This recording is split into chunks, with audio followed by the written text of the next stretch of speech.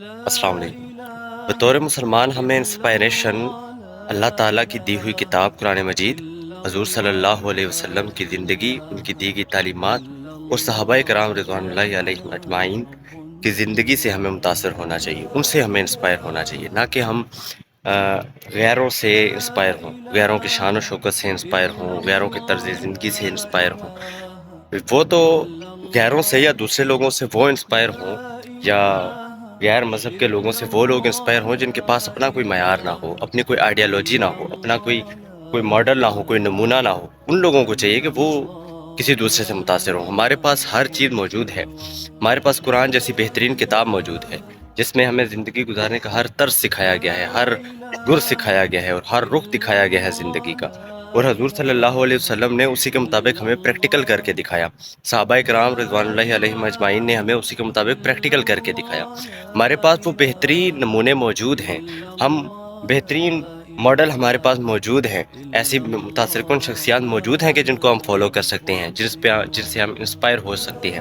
مال و دولت کے حوالے سے دیکھیں تو صحابہ سے زیادہ مال کس کے پاس تھا؟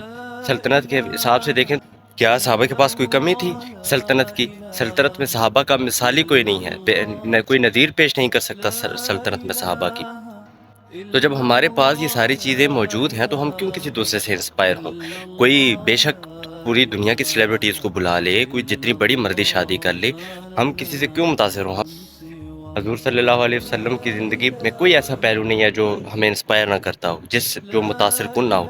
اور تو اور غیر مذہب کے جو رائٹرز ہوتے ہیں یا جو تحقیقی طور پہ حضور صلی اللہ علیہ وسلم کی زندگی کو جو پڑھتے ہیں، وہ اتنا زیادہ متاثر ہوتے ہیں، صحابہ کی زندگی سے وہ لوگ متاثر ہیں۔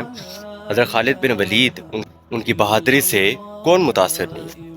بڑے بڑے رائٹر آپ کو ان کی کتابوں میں آپ کو ملے گا کہ وہاں پر وہ بریوری کا ذکر جب بھی کریں گے تو حضرت خالد بن ولید کا وہ ذکر کریں گے، مال و دولت کا ذکر وہ جب بھی کریں گے تو حضرت عثمان غنی رضی اللہ تعالیٰ عنہ کا ذکر وہ ضرور کریں گے، جب بھی وہ سلطنت کا ذکر کریں گے، جب بھی وہ دنیا پر حکمرانی کرنے کا ذکر کریں گے تو وہ حضرت عمر بن الخطاب رضی اللہ تعالیٰ عنہ کا ذکر وہ ضرور کریں گے۔ تو ہمارے پاس ماڈل موجود ہیں، ہمیں ضرورت ہی نہیں ہے کسی کے مال سے ہم انسپائر ہوں، کسی کے سلطنت سے انسپائر ہوں، کسی کے علم سے انسپائر ہوں۔ ہمارے پاس ہر طرح کا معیار موجود ہے، اپنے لوگوں کو لیں، اپنے مذہب کے اندر رہتے ہوئے اپنی تعلیمات کو ہم فالو کریں۔ ہمارے پاس جب ہے انسپائریشن کے لیے تو ہم اس چیز سے انسپائر ہوں۔ بہت شکریہ، سلامت رہیں۔